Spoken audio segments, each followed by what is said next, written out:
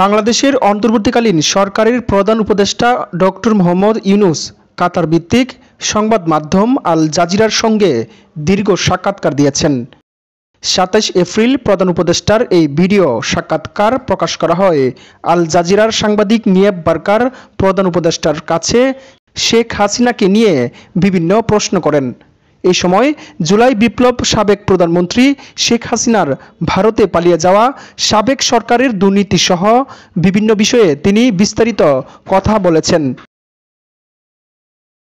প্রধান উপদেষ্টা বলেন, তিনি বিমস্টেক সম্মেলনের ফাঁকে ভারতীয় প্রধানমন্ত্রী নরেন্দ্র মোদীর সঙ্গে বৈঠক করেছিলেন।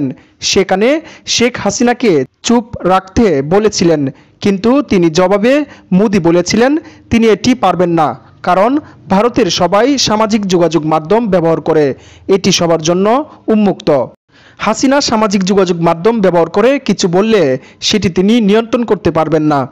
মোদির কথায় শেখ হাসিনা এখনও দাবি করেন তিনি বাংলাদেশের প্রধানমন্ত্রী, তিনি ভারত থেকে এসব বিবৃতি দিচ্ছেন। অন্তর্বর্তী সরকার ভারতে তার অবস্থানকে কিভাবে দেখে?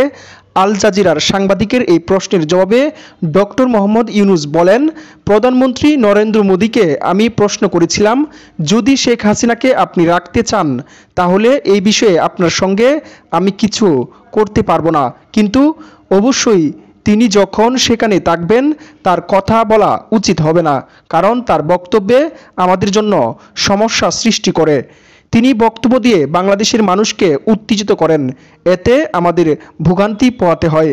সাংবাদিক নিয়েব বারকার মোদির উত্তর জানতে চাইলে ডক্টর মোহাম্মদ ইউনূস বলেন, তিনি বলেছিলেন ভারত হলো এমন দেশ যেখানে সামাজিক যোগাযোগ মাধ্যম সবার জন্য উন্মুক্ত, এটি মোদি নিয়ন্ত্রণ করতে পারবেন না।